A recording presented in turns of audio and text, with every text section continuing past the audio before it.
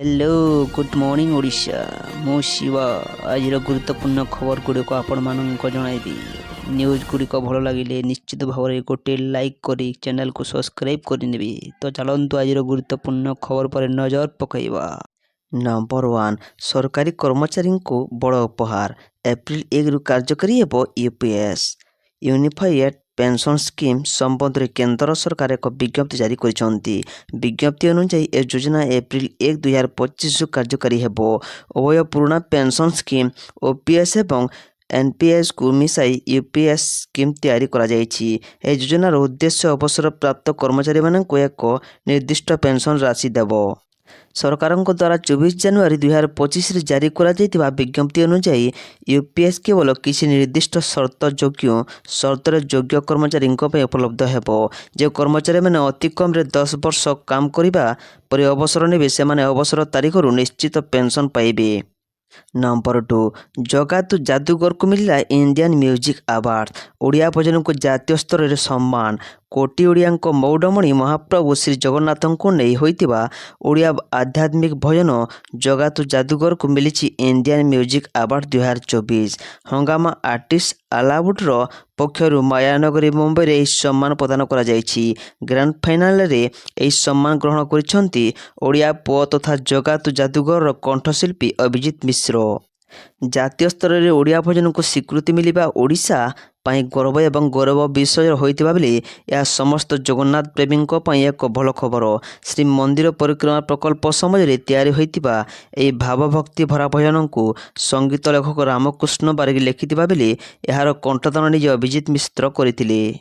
Number 3 गणतंत्र दिवस पूर्व पद्म पुरस्कार घोषणा। केंद्र सरकार पक्षर पद्म पुरस्कार 2025 घोषणा करा जायछि। स्त्री रोग विशेषज्ञ नीरज भट्टला को पद्मश्री प्रदान करा जिवो। सेपरि सामाजिक कर्मी भीम सिंह भवेश शास्त्रीय संगीतज्ञ पी दक्षिणामूर्ति विशिष्ट चाषी एल हंगाथिंग पश्चिमबंगर डाकबादक गोकुल चंद्र दास प्रमुख को पद्मश्री पुरस्कार प्रदान करा जिवो बोली केंद्र सरकार पक्षर घोषणा करा जायछि।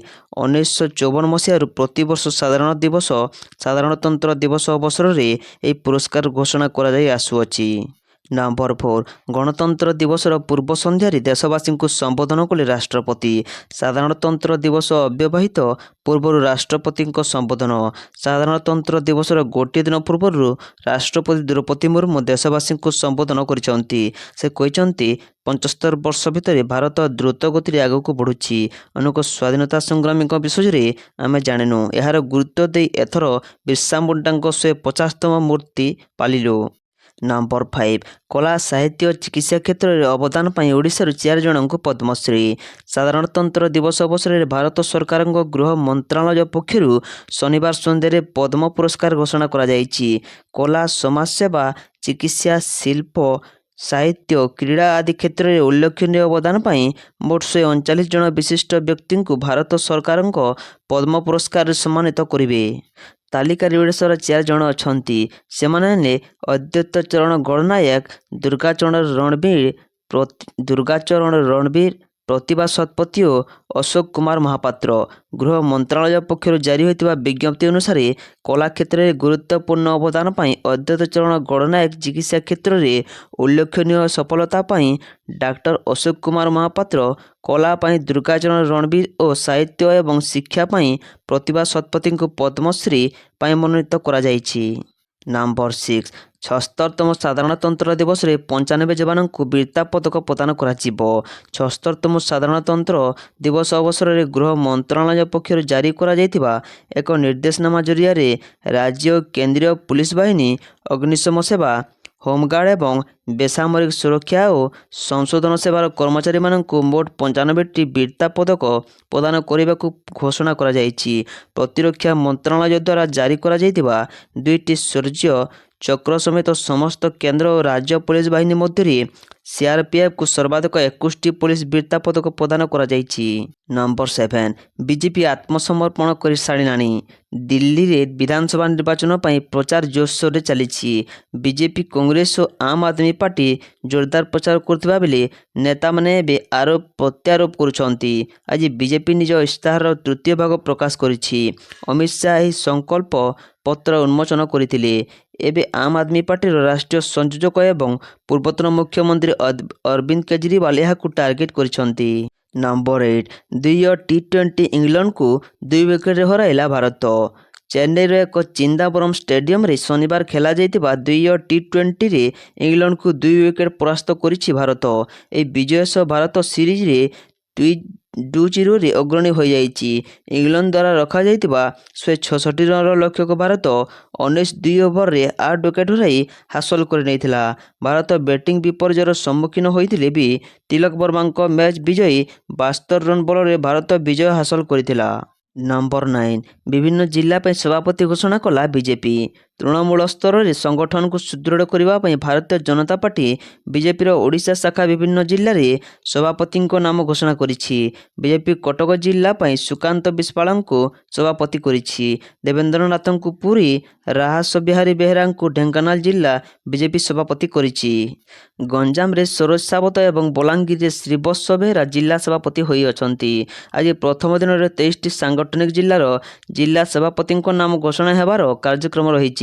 ପ୍ରଥମ ପର୍ଯ୍ୟାୟରେ 23ଟି ସାଂଗଠନିକ ଜିଲ୍ଲାର ଜିଲ୍ଲା ସଭାପତି ନାଁ ଘୋଷଣା ହେବା ପରେ ବାକି 14ଟି ଜିଲ୍ଲାର ସଭାପତିଙ୍କ ନାଁ ଦ୍ୱିତୀୟ ପର୍ଯ୍ୟାୟରେ ଘୋଷଣା କରାଯିବ ବୋଲି ସୂଚନା ରହିଛି। ସେପଟେ ରାଜ୍ୟ ସଭାପତି ମନମୋହନ ସାମଲ କହିଛନ୍ତି, କୌଣସି ଦ୍ୱନ୍ଦ୍ୱ ନାହିଁ, ସହମତି ଭିତ୍ତିରେ ଜିଲ୍ଲା ସଭାପତି ବଛାଯାଉଛି। ନମ୍ବର 10 ଶ୍ରୀଲଙ୍କାର ପୂର୍ବତନ ରାଷ୍ଟ୍ରପତି ମହିନ୍ଦା ରାଜପକ୍ଷଙ୍କ ପୁଅ ଗିରଫ। ଶ୍ରୀଲଙ୍କାର ପୂର୍ବତନ ରାଷ୍ଟ୍ରପତି ମହିନ୍ଦା ରାଜପକ୍ଷଙ୍କ ପୁଅ ଯୋଶିତା ରାଜପକ୍ଷଙ୍କୁ ପୁଲିସ ଗିରଫ କରିଛି। ଡେଜି ଫରେଷ୍ଟ ମାମଲାରେ ଯୋଶିତାଙ୍କୁ ଗିରଫ କରାଯାଇଛି। ଅଭିଯୁକ୍ତ ଯୋଶିତା ଜଣେ ପୂର୍ବତନ ନୌସେନା ଅଧିକାରୀ। ତାଙ୍କୁ ବେଲିଟାରୁ ଗିରଫ କରାଯାଇଛି। 2015 ପୂର୍ବରୁ ତାଙ୍କ ପିତାଙ୍କ ରାଷ୍ଟ୍ରପତିତ୍ୱ କାଳରେ ସମ୍ପତ୍ତି କ୍ରୟରେ ଅନିୟମିତତା କରିଥିବା ଅଭିଯୋଗ ହୋଇଛି। ନମ୍ବର 11 ଆଇସିସି ଘୋଷଣା କଲା ଟି-20 team of the year. Rohit ଅଧିନାୟକ ବାଦ ପଡ଼ିଲେ କୋହଲି। ଅନ୍ତର୍ଜାତୀୟ କ୍ରିକେଟ ପରିଷଦ ଆଇସିସି ଟି-20 ଟିମ୍ ଅଫ୍ ଦ ଇୟର୍ସ ଘୋଷଣା କରିଛି। ଏହି ଟିମ୍ରେ ରୋହିତ ଶର୍ମା ଅଧିନାୟକ ହୋଇଥିବା ବେଳେ ବିରାଟ କୋହଲି ବାଦ ପଡ଼ିଛନ୍ତି। ଏଥିସହିତ ଟିମ୍ରେ ମୋଟ 4 ଜଣ ଭାରତୀୟ ଖେଳାଳିଙ୍କୁ ସ୍ଥାନ ମିଳିଛି। ପାକିସ୍ତାନୀ ଖେଳାଳି ବାବର ଆଜମ, ଜିମ୍ବାୱେ ସିକନ୍ଦର ରାଜାଙ୍କୁ ମଧ୍ୟ ଟିମ୍ରେ ସାମିଲ କରାଯାଇଛି। ରୋହିତଙ୍କ ଅଧିନାୟକତ୍ୱରେ ଭାରତ 2024ରେ ଟି-20 ବିଶ୍ୱକପ୍ ଟାଇଟଲ ଜିତିଥିଲା। ରୋହିତଙ୍କ ପାଇଁ 2024 ବର୍ଷ ବହୁତ ଭଲ ଥିଲା। ରୋହିତ ଟି-20 ବିଶ୍ୱକପରେ 3ଟି ଅର୍ଦ୍ଧଶତକ ମାରିଥିଲେ। ସେ ଅଷ୍ଟ୍ରେଲିଆ ବିପକ୍ଷରେ ସୁପର 8 ମ୍ୟାଚ୍ 92 ରନ୍ ଏକ ଚମତ୍କାର ଇନିଂସ ଖେଳିଥିଲେ। ରୋହିତଙ୍କ ବ୍ୟତୀତ ହାର୍ଦ୍ଦିକ ପାଣ୍ଡ୍ୟା, ଯଶପ୍ରୀତ ବୁମରାହ ଏବଂ ଅର୍ଶଦୀପ ସିଂ ମଧ୍ୟ ଟିମ୍ରେ ରହିଛନ୍ତି। ନମ୍ବର 12 ସଉଜ ବ୍ରିଜରେ ଗଡ଼ିଲା ବନ୍ଦେ ଭାରତ ଏକ୍ସପ୍ରେସ୍। କଟରାରୁ ଶ୍ରୀନଗର ଭିତରେ ହେଲା ପ୍ରଥମ ଟାଇଲ୍ ରନ୍। ସୁଉଜ ବ୍ରିଜ ଗଡ଼ିଲା ବନ୍ଦେ ଭାରତ ଏକ୍ସପ୍ରେସ୍। କଟରାରୁ ଶ୍ରୀନଗର ଭିତରେ ବନ୍ଦେ ଭାରତ ଏକ୍ସପ୍ରେସ୍ର ପ୍ରଥମ ଟାଇଲ୍ ରନ୍ ହୋଇଛି। ଅଞ୍ଜିଖାଳ ବ୍ରିଜ, ଯାହା ଭାରତର ପ୍ରଥମ କେବଳ ଷ୍ଟେପ୍ ବ୍ରିଜ ଏବଂ ଚେନାବ ବ୍ରିଜ, ଯାହା ବିଶ୍ୱର ଉଚ୍ଚତମ ରେଲୱେ ବ୍ରିଜ। ଏହା ଦେଇ ଗତି କରିଛି ବନ୍ଦେ ଭାରତ ଏକ୍ସପ୍ରେସ୍। ବଡ଼ କଥା ହେଉଛି କାଶ୍ମୀରର ଥଣ୍ଡା ପରିବେଶକୁ ନଜରରେ ରଖି ଏହି ଟ୍ରେନ୍ ଡିଜାଇନ୍ କରାଯାଇଛି। କାଶ୍ମୀରର ସୁନ୍ଦର ଉପତ୍ୟକାରେ ବନ୍ଦେ ଭାରତ ଏକ୍ସପ୍ରେସ୍ ଟ୍ରେନ୍ ଚଳାଇବା ପାଇଁ ଭାରତୀୟ ରେଳ ପ୍ରସ୍ତୁତି ଶେଷ କରିବା ପରେ ଆଜି ଟ୍ରେନ୍ ରନ୍ କରାଯାଇଛି। ଟ୍ରେନ୍ର ଚଳାଚଳ ଶୁଭାରମ୍ଭ ଖୁବ୍ ଶୀଘ୍ର ହେବାକୁ ଯାଉଛି। ନମ୍ବର 13 ସୁପ୍ରିମକୋର୍ଟରେ ମାହାଙ୍ଗା ଡବଲ ମର୍ଡର ମାମଲା। ଓଡ଼ିଆରେ ପୂର୍ବତନ ମନ୍ତ୍ରୀ ତଥା ବରିଷ୍ଠ ବିଜେପି ନେତା ପ୍ରତାପ ଜେନା କଳ ଲେଉଟାଇଲା ମାହାଙ୍ଗା ଡବଲ ମର୍ଡର ମାମଲା। ଏହା ଫଳରେ ପୂର୍ବତନ ମନ୍ତ୍ରୀ ତଥା ବରିଷ୍ଠ ବିଜେପି ନେତା ପ୍ରତାପ ଜେନାଙ୍କ ଅଡ଼ୁଆ ବଢ଼ିଛି। ସୁପ୍ରିମକୋର୍ଟଙ୍କ ଦ୍ୱାରସ୍ଥ ହୋଇଛନ୍ତି ମୃତ କୁଲମଣି ବରାଲଙ୍କ ପୁଅ ରଞ୍ଜିତ ବରାଲ। ପ୍ରତାପ ଜେନାଙ୍କ ପକ୍ଷରୁ ଆଇନଜୀବୀ ସିଦ୍ଧାର୍ଥ ଅଗ୍ରୱାଲ ଏବଂ ରଞ୍ଜିତ ବରାଲଙ୍କ ପକ୍ଷରୁ ଅମନ ଲେଖି ଏହି ମାମଲା ଲଢ଼ୁଛନ୍ତି। ସାକ୍ଷୀମାନଙ୍କର ହେବ ପୁନର୍ବାର ବୟାନ ରେକର୍ଡ। ରାଜ୍ୟ ଆଇନ ବିଭାଗକୁ ଏନେଇ 4 ସପ୍ତାହ ମଧ୍ୟରେ ଅବଗତ କରିବାକୁ ସୁପ୍ରିମକୋର୍ଟ ନିର୍ଦ୍ଦେଶ ଦେଇଛନ୍ତି। 4 ସପ୍ତାହ ପରେ ସୁପ୍ରିମକୋର୍ଟ ଏହି ମାମଲାର ଶୁଣାଣି କରିବେ ବୋଲି ଜଣାଯାଇଛି। ନମ୍ବର 14 ଦେଖାଯିବନି ରାସ୍ତା ଘନ କୁହୁଡ଼ି କରିବ କଲବଲ। ରାତିରେ ଓଡ଼ିଶାକୁ ଆଚ୍ଛାଦିତ କରୁଛି ଘନ କୁହୁଡ଼ି। ରାଜ୍ୟର ବିଭିନ୍ନ ସ୍ଥାନରେ ସୃଷ୍ଟି ହେଉଥିବା ଘନ କୁହୁଡ଼ି ଯୋଗୁଁ ଯାତାୟାତ ପ୍ରଭାବିତ ହେଉଛି। ଘନ କୁହୁଡ଼ି ଯୋଗୁଁ ଦୃଶ୍ୟମାନ କ୍ଷମତା ହ୍ରାସ ପାଉଥିବାର ବିଭିନ୍ନ ଜିଲ୍ଲା ପାଇଁ ସତର୍କ ସୂଚନା ଜାରି କରାଯାଇଛି। ଏ ପରିସ୍ଥିତି ଆଗାମୀ 3 ଦିନ ପର୍ଯ୍ୟନ୍ତ ଜାରି ରହିବ ବୋଲି ପାଣିପାଗ କେନ୍ଦ୍ର ଆକଳନ କରିଛି। ପାଣିପାଗ କେନ୍ଦ୍ରର ସୂଚନା ଅନୁଯାୟୀ ଉପକୂଳ ଓଡ଼ିଶା ସମେତ ଆଭ୍ୟନ୍ତରୀଣ ଓଡ଼ିଶାରେ କୁହୁଡ଼ିର ପ୍ରଭାବ ଅଧିକ ରହିବ। ରାତ୍ରି 2ଟାରୁ ସକାଳ 9ଟା ପର୍ଯ୍ୟନ୍ତ କୁହୁଡ଼ିର ପ୍ରଭାବ ସବୁଠୁ ଅଧିକ ଅନୁଭୂତ ହେବ। ତେଣୁ ଘାଟି ରାସ୍ତା ସହ ଦୁର୍ଘଟଣା ପ୍ରବଣ ଅଞ୍ଚଳରେ ଏହି ସମୟରେ ଗାଡ଼ି ଚଳାଚଳ ବନ୍ଦ ରଖିବାକୁ କୁହାଯାଇଛି। ଆସନ୍ତା 2 ଦିନ ପର୍ଯ୍ୟନ୍ତ ଉପକୂଳ ଓଡ଼ିଶା ସମେତ ଆଭ୍ୟନ୍ତରୀଣ ଓଡ଼ିଶାରେ ଘନ କୁହୁଡ଼ି ନେଇ ସତର୍କତା ଜାରି କରାଯାଇଛି। ଆସନ୍ତା 24 ଘଣ୍ଟା ପାଇଁ 15ଟି ଜିଲ୍ଲାକୁ ୟେଲୋ ଆଲର୍ଟ ଜାରି କରିଛି ଆଞ୍ଚଳିକ ପାଣିପାଗ କେନ୍ଦ୍ର। ନମ୍ବର 15 ପୁଣି ଦେଶରେ ଚମକିଲା ନବୀନଙ୍କ ମଡେଲ। 2022-23 ଆର୍ଥିକ ବର୍ଷ ପାଇଁ ଆର୍ଥିକ ସୂଚକାଙ୍କରେ ଓଡ଼ିଶା 1 ନମ୍ବର। ପୁଣି ଜାତୀୟ ସ୍ତରରେ ଚମକିଲା ଓଡ଼ିଶା। ନବୀନଙ୍କ କାମ ଓଡ଼ିଶାକୁ ଆଣିଦେଇଛି ପ୍ରଶଂସା। ଜାତୀୟ ସ୍ତରରେ ନବୀନଙ୍କ କାମକୁ ଭୁରି ଭୁରି ମିଳୁଛି ପ୍ରଶଂସା। ପୁଣି ଦେଶରେ ନମ୍ବର 1 ହେଲା ନବୀନ ରୋଲ ମଡେଲ। ନବୀନ ସରକାରଙ୍କ ପଞ୍ଚମ ପାଳିରେ ଓଡ଼ିଶାକୁ ମିଳିଛି ସଫଳତା। 2022-23 ଆର୍ଥିକ ବର୍ଷ ପାଇଁ ଆର୍ଥିକ ସୂଚକାଙ୍କରେ ଓଡ଼ିଶା ହୋଇଛି 1 ନମ୍ବର। ନମ୍ବର 16 ଗୋପାଳପୁରରେ ସଫଳ ହେଲା ପରୀକ୍ଷଣ। ଆକାଶରେ ଶକ୍ତି ଦେଖାଇଲା ସ୍ୱଦେଶୀ ମିସାଇଲ ଆକାଶ। ଓଡ଼ିଶା ଉପକୂଳ ଗୋପାଳପୁରର ସମନ୍ୱିତ କ୍ଷେପଣାସ୍ତ୍ର ଘାଟିରେ ଏହି ସ୍ୱଦେଶୀ ମିସାଇଲର ପରୀକ୍ଷା କରାଯାଇଥିବା ବେଳେ ପରୀକ୍ଷଣ ସଫଳ ହୋଇଛି, ଯାହା ନିର୍ଦ୍ଧାରିତ ଲକ୍ଷ୍ୟକୁ ଖୋଜି ଟାର୍ଗେଟ କରିବାରେ ନିଖୁଣ। ଏହି ପରୀକ୍ଷଣର ଏକ ଭିଡ଼ିଓ ଜାରି କରିଛି ଭାରତୀୟ ସେନାର ଚେତକ କର୍ପସ। ନମ୍ବର 17 ରାଜ୍ୟରେ 8 ବଡ଼ ଶିଳ୍ପ ପ୍ରକଳ୍ପକୁ ମଞ୍ଜୁରୀ। ଓଡ଼ିଶା ହେବ ପୂର୍ବ ଭାରତ ଶ୍ରେଷ୍ଠ ନିବେଶ କ୍ଷେତ୍ର। ରାଜ୍ୟ ସୃଷ୍ଟି ହେବ ଅଧିକରୁ ଅଧିକ ନିଯୁକ୍ତି। ରାଜ୍ୟରେ ପ୍ରାୟ 32,736 କୋଟି ନିବେଶକଙ୍କୁ ମଞ୍ଜୁରୀ ମିଳିଛି। ମୁଖ୍ୟମନ୍ତ୍ରୀ ମୋହନ ମାଝୀଙ୍କ ଅଧ୍ୟକ୍ଷତାରେ ବସିଥିବା ବୈଠକରେ ଉଚ୍ଚସ୍ତରୀୟ ଅନୁମୋଦନ କମିଟି ଏହାକୁ ମଞ୍ଜୁରୀ ପ୍ରଦାନ କରିଛି। ରାଜ୍ୟର ବିଭିନ୍ନ ଜିଲ୍ଲାରେ 8ଟି ବଡ଼ ଶିଳ୍ପ ପ୍ରକଳ୍ପରେ ନିବେଶ ହେବ। ଏହି ଜିଲ୍ଲାଗୁଡ଼ିକ ହେଲା ଖୋର୍ଦ୍ଧା, ଜଗତସିଂହପୁର, ଗଞ୍ଜାମ, ସମ୍ବଲପୁର, ଭଦ୍ରକ। ଏହାଦ୍ୱାରା 8,688 ଯୁବବର୍ଗଙ୍କୁ ନିଯୁକ୍ତି ସୁଯୋଗ ମିଳିବ। ନମ୍ବର 18 ଆତଙ୍କବାଦୀଠାରୁ ଅର୍ଥନୈତିକ ଅପରାଧୀ କେବେ ଭାରତ ଫେରିବେ ଏହି 5 ପଳାତକ? ବହୁଚର୍ଚ୍ଚିତ 2008 ମୁମ୍ବାଇ ଆତଙ୍କବାଦୀ ହମଲାର ଅନ୍ୟତମ ଖଳନାୟକ ବୁର ହୁସେନ ରାଣାଙ୍କୁ ଆମେରିକାରେ ବଡ଼ ଝଟକା ଲାଗିଛି। ଆତଙ୍କୀ ହମଲାରେ ଦୋଷୀ ସାବ୍ୟସ୍ତ ହୋଇ ସାରିଥିବା ରାଣା ଆମେରିକାରେ ନିଜର ଶେଷ ଆଇନଗତ ବିକଳ୍ପରେ ପରାସ୍ତ ହୋଇଛି। ଭାରତ ତାକୁ ଆମେରିକାରୁ ଆଣିବାକୁ ଚାହୁଁଥିବା ବେଳେ ସେ ଦୀର୍ଘ ବର୍ଷ ହେଲାଣି ଆଇନ ଖେଳ ଖେଳି ଚାଲିଥିଲା। କିନ୍ତୁ ଶନିବାର ରାଣାଙ୍କ ସବୁ ଖେଳ ଖତମ ହୋଇସାରିଛି। ଆମେରିକାର ସୁପ୍ରିମକୋର୍ଟ ଆଜି ଆତଙ୍କବାଦ ମାମଲାରେ ଦୋଷୀ ସାବ୍ୟସ୍ତ ହୋଇଥିବା ରାଣାର ରିଭ୍ୟୁ ପିଟିସନକୁ ଖାରଜ କରିଦେଇଛନ୍ତି। ଏହା ଅର୍ଥ ଭାରତକୁ ତାର ପଦାର୍ପଣ ହେବା ଏକ ପ୍ରକାର ସୁନିଶ୍ଚିତ ହୋଇଛି। ସେହିପରି ଭାରତର ତା ବିରୋଧରେ 2008 ମୁମ୍ବାଇ ଆତଙ୍କବାଦୀ ହମଲାର ବିଚାର ମଧ୍ୟ କରାଯିବ। ନମ୍ବର 19 ପର୍ଯ୍ୟଟକଙ୍କ ପାଇଁ ବଡ଼ ଖବର। ଫେବୃଆରୀ 1ରୁ ଶିମିଳିପାଳ ପରିଦର୍ଶନ ପାଇଁ ନୂଆ ନିୟମ। ଶିମିଳିପାଳ ପରିଦର୍ଶନରେ ଯିବାକୁ ଚାହୁଁଥିବା ପର୍ଯ୍ୟଟକଙ୍କ ପାଇଁ ବଡ଼ ଖବର। ଏଣିକି ଇ-ଟିକେଟ୍ ବିନା ଶିମିଳିପାଳ ପ୍ରବେଶ ମନା। ଏହି ନିୟମ ଫେବୃଆରୀ 1ରୁ ବିଧିବଦ୍ଧ ଭାବେ ଲାଗୁ ହେବ। ଶିମିଳିପାଳ ଅଭୟାରଣ୍ୟ ବୁଲିବାକୁ ହେଲେ ପ୍ରଥମେ ଅନଲାଇନରେ ଟିକେଟ୍ କରିବାକୁ ପଡ଼ିବ ବୋଲି ଆରସିସିଏଫ୍ ସୂଚନା ଦେଇଛନ୍ତି। ନୂଆ ନିୟମ ଅନୁସାରେ ପ୍ରବେଶ ଅନୁମତି ମିଳିଥିବା ଟିକେଟ୍ ଥିବା ପର୍ଯ୍ୟଟକଙ୍କ ହିଁ କେବଳ ଶିମିଳିପାଳ ପରିଦର୍ଶନ କରିପାରିବେ। ଶିମିଳିପାଳ ପରିଦର୍ଶନରେ ଯିବାକୁ ଚାହୁଁଥିବା ପର୍ଯ୍ୟଟକ www.similipal.org ୱେବସାଇଟରୁ ଟିକେଟ୍ ବୁକ୍ କରିପାରିବେ। ତେବେ ପାର୍କିଂ ସମେତ ବିଭିନ୍ନ ସୁବିଧା ସମ୍ପର୍କରେ ଶିମିଳିପାଳର ଅଫିସିଆଲ ୱେବସାଇଟରୁ ସବିଶେଷ ତଥ୍ୟ ପାଇପାରିବେ। ନମ୍ବର 20 ପୁରୁଷଙ୍କୁ କେମିତି ମିଳିଲା ସୁଭଦ୍ରା ଟଙ୍କା? ସୁଭଦ୍ରା ଯୋଜନାରେ 157 ଜଣ ପୁରୁଷ ଆବେଦନକାରୀଙ୍କୁ ଟଙ୍କା ମିଳିବା ନେଇ ବର୍ଷିଛି ବିଜେଡି। ପୁରୁଷଙ୍କୁ କେମିତି ଓ କେଉଁ ପରିସ୍ଥିତିରେ କେବଳ ମହିଳାଙ୍କ ପାଇଁ ଉଦ୍ଦିଷ୍ଟ ଯୋଜନାରେ ହିତାଧିକାରୀ ଭାବେ ଟଙ୍କା ମିଳିଲା ବୋଲି ପ୍ରଶ୍ନ କରିଛି ବିଜେଡି। ପ୍ରମିଳା କହିଛନ୍ତି, ସୁଭଦ୍ରା ଯୋଜନାରେ ହେଉ ପୁରୁଷମାନେ ଆବେଦନ କରିଛନ୍ତି ସେମାନଙ୍କ ମଧ୍ୟରେ ଅଛନ୍ତି ବିଜେପି କର୍ମୀ। ନମ୍ବର 21 ଜାମନଗରରେ ମୁକେଶ ଅମ୍ବାନୀ ନିର୍ମାଣ କରିବେ ବିଶ୍ୱର ସବୁଠୁ ବଡ଼ Tata centre. Reliance industries chairman Mukesh Ambani ଗୁଜରାଟର ଜାମନଗରରେ ବିଶ୍ୱର ସବୁଠୁ ବଡ଼ ଟାଟା ସେଣ୍ଟର ତିଆରି କରୁଛନ୍ତି। ବ୍ଲୁମବର୍ଗ 24 ଜାନୁଆରୀରେ ଏହାର ରିପୋର୍ଟ କରିଛି। ବୈଷୟିକ ଏଆଇ ପ୍ଲେୟାରର ସହ ପ୍ରତିଯୋଗିତା କରି ଭାରତର ଆର୍ଟିଫିସିଆଲ ଇଣ୍ଟେଲିଜେନ୍ସ ଏଆଇ କ୍ଷମତାକୁ ବୃଦ୍ଧି କରିବା ଏହି ନୂଆ ପ୍ରୋଜେକ୍ଟର ଲକ୍ଷ୍ୟ। ନମ୍ବର 22 ମହଙ୍ଗା ହେଲା ସୁନା ମୂଲ୍ୟ। ଦେଶରେ ସୁନା ଏବଂ ରୂପାର ମୂଲ୍ୟ କ୍ରମାଗତ ବୃଦ୍ଧି ପାଇବାରେ ଲାଗିଛି। ତେବେ ଆଗାମୀ ଦିନରେ ମଧ୍ୟ ମୂଲ୍ୟ ବୃଦ୍ଧି ପାଇବ। 2025 ଆରମ୍ଭରୁ ସୁନା ଏବଂ ରୂପାର ମୂଲ୍ୟ ବୃଦ୍ଧି ପାଇବାରେ ଲାଗିଛି। ବର୍ତ୍ତମାନ ଆଜି 26 ଜାନୁଆରୀ 2025ରେ ସୁନାର ମୂଲ୍ୟ ସ୍ଥିର ଅଛି। ଭାରତରେ 24 କ୍ୟାରେଟ୍ ସୁନାର ମୂଲ୍ୟ ପ୍ରତି 10 ଗ୍ରାମ ପ୍ରତି 82,000 ଟଙ୍କା ରହିଛି। 22 କ୍ୟାରେଟ୍ ସୁନାର ମୂଲ୍ୟ 75,000 ଟଙ୍କା ଅତିକ୍ରମ କରିଛି। ଆଜି ରୂପା ମୂଲ୍ୟ ମଧ୍ୟ ବୃଦ୍ଧି ପାଇଛି। ରୂପାର ମୂଲ୍ୟ 1,000 ଟଙ୍କା ବୃଦ୍ଧି ପାଇଛି। ଆଜି 1 କିଲୋଗ୍ରାମ ରୂପାର ମୂଲ୍ୟ 97,600 ଟଙ୍କା। ତେବେ ଆଜି ଦିଲ୍ଲୀରେ 10 ଗ୍ରାମ 24 କ୍ୟାରେଟ୍ର ସୁନାର ମୂଲ୍ୟ 82,500 ଟଙ୍କା ଏବଂ 22 କ୍ୟାରେଟ୍ ସୁନାର ମୂଲ୍ୟ ପ୍ରତି 10 ଗ୍ରାମକୁ 75,700 ଟଙ୍କା ରହିଛି। ମୁମ୍ବାଇରେ 10 ଗ୍ରାମର 24 କ୍ୟାରେଟ୍ର ସୁନାର ମୂଲ୍ୟ 82,430 ଟଙ୍କା ଓ 22 କ୍ୟାରେଟ୍ ସୁନାର ମୂଲ୍ୟ 10 ଗ୍ରାମକୁ 75,560 ଟଙ୍କା।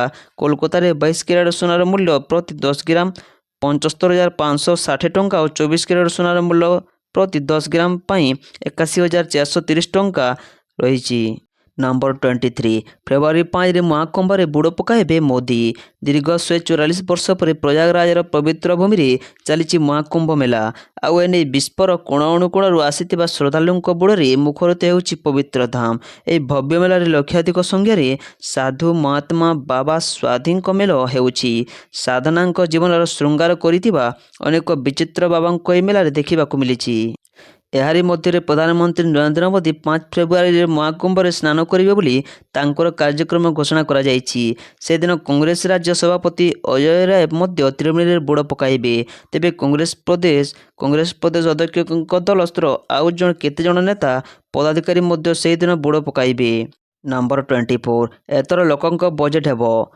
ଆର୍ଥିକ ବର୍ଷ 2025-26 ପାଇଁ ରାଜ୍ୟ ସରକାର ଆଜି ପ୍ରାକ୍ ବଜେଟ୍ ବୈଠକ କରିଛନ୍ତି। ଲୋକସେବା ଭବନରେ ଆୟୋଜିତ ଏହି ବୈଠକରେ ମୁଖ୍ୟମନ୍ତ୍ରୀ ମୋହନ ଚରଣ ମାଝୀ ଅଧ୍ୟକ୍ଷତା କରିଛନ୍ତି। ବୈଠକରେ ଆଗାମୀ ଆର୍ଥିକ ବର୍ଷରେ ଶିକ୍ଷା, ସ୍ୱାସ୍ଥ୍ୟ, ଗମନାଗମନ, କୃଷି, ବ୍ୟବସାୟ ଆଦି ପ୍ରମୁଖ ଦିନରେ ଗୁରୁତ୍ୱପୂର୍ଣ୍ଣ ଆଲୋଚନା କରାଯାଇଛି। ବୈଠକ ପରେ ମୁଖ୍ୟମନ୍ତ୍ରୀ ଶ୍ରୀ ମାଝୀ ଗଣମାଧ୍ୟମକୁ ଗୁରୁତ୍ୱପୂର୍ଣ୍ଣ ସୂଚନା ଦେଇଛନ୍ତି। 1.5 ଲକ୍ଷ ନିଯୁକ୍ତି ନେଇ ସରକାର ପ୍ରତିଶ୍ରୁତି ରଖିଥିଲେ। ଚଳିତ ବର୍ଷ ସରକାର 40,000 ନିଯୁକ୍ତି ଦେବେ। ବିଶେଷ କରି ଆଇଟି, ପେଟ୍ରୋଲ କେମିକାଲ୍ସ, ଆଗ୍ରୋ ଇଣ୍ଡଷ୍ଟ୍ରିଜକୁ ଗୁରୁତ୍ୱ ଦିଆଯିବା ନେଇ ମୁଖ୍ୟମନ୍ତ୍ରୀ ମୋହନ ମାଝୀ କହିଛନ୍ତି। ତେବେ ପୂର୍ବତନ ଅର୍ଥମନ୍ତ୍ରୀ ଅର୍ଥ ବିଶେଷଜ୍ଞ ବଜେଟ୍ ନେଇ ପରାମର୍ଶ ଦେଇଛନ୍ତି। ନମ୍ବର 25 କମିବ ଦିନ ତାପମାତ୍ରା। ପୂର୍ବ ଉତ୍ତର ପୂର୍ବ ଦିଗରେ ପଶ୍ଚିମା ଝଡ଼ ଅଗ୍ରସର ହେଉଥିବା ହେତୁ ରାଜ୍ୟରେ ଉତ୍ତର ପଶ୍ଚିମ ଦିଗର ଶୁଷ୍କ ଥଣ୍ଡା ବାୟୁର ପ୍ରଭାବ ସାମାନ୍ୟ ବୃଦ୍ଧି ହେବାର ସମ୍ଭାବନା ରହିଛି। ଏହା ପ୍ରଭାବରେ ଧୀରେ ଧୀରେ ଗୁରୁଚାପ ବଳୟ ଦକ୍ଷିଣମୁହାଁ ହେବାର ସମ୍ଭାବନା ଥିବାରୁ ଆଗାମୀ ଦିନରେ ଦିନ ତାପମାତ୍ରାରେ ସାମାନ୍ୟ ହ୍ରାସ ପାଇପାରେ। ସେହିପରି ଉତ୍ତର ତଥା ଉତ୍ତର ପଶ୍ଚିମ ଓଡ଼ିଶାର କିଛି ଅଞ୍ଚଳରେ ରାତ୍ରି ତାପମାତ୍ରା ତଳମୁହାଁ ହେବା ସହ ଘନ କୁହୁଡ଼ିର ପ୍ରଭାବ ହ୍ରାସ ଘଟିପାରେ ବୋଲି ଆଞ୍ଚଳିକ ପାଣିପାଗ ବିଜ୍ଞାନ କେନ୍ଦ୍ର ପୂର୍ବାନୁମାନ କରିଛି।